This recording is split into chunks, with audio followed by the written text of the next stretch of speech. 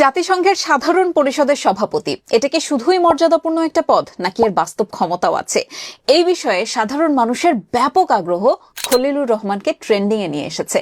কারণ জাতিসংঘের সাধারণ পরিষদের ৮১তম অধিবেশনের সভাপতি নির্বাচিত হয়েছেন বাংলাদেশের পররাষ্ট্রমন্ত্রী খলিলুর রহমান।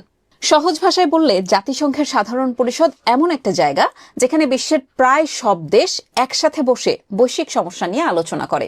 যুদ্ধ, শান্তি, জলবায়ু পরিবর্তন, শরণার্থী সংকট, মানবাধিকার, উন্নয়ন, মানে আন্তর্জাতিক সব ইস্যু।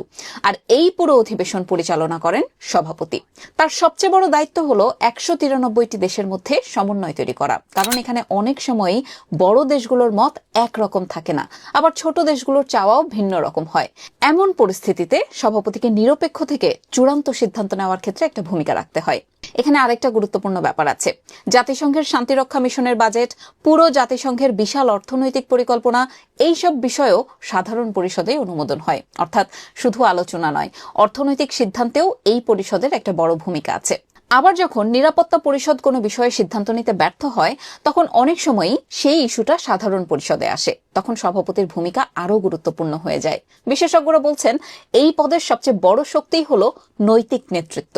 কারণ তিনি বহু ক্ষেত্রে ভিন্ন মতের বিভিন্ন গোষ্ঠীকে একটা সিদ্ধান্তে নিয়ে আসতে পারেন এবং জাতিসংঘ যেদিকে যেতে চায় সেদিকে নিয়ে যেতে পারেন। জাতিসংঘের বর্তমান সাধারণ পরিষদের সভাপতি বলছেন এবারের দায়িত্বটা আরো কঠিন হবে, কারণ বিশ্ব এখন যুদ্ধ, ভূ রাজনৈতিক বিভাজন, জলবায়ু সংকট, শরণার্থী সমস্যা সব মিলিয়ে একটা অস্থির সময় পার করছে। তার উপর জাতিসংঘের নতুন মহাসচিব নির্বাচনও এই সময়ে হবে। অর্থাৎ খলিলুর রহমান এমন এক সময়ে দায়িত্ব নিচ্ছেন যখন পুরো বিশ্ব কূটনৈতিকভাবে খুব চ্যালেঞ্জিং একটা অবস্থায় আছে।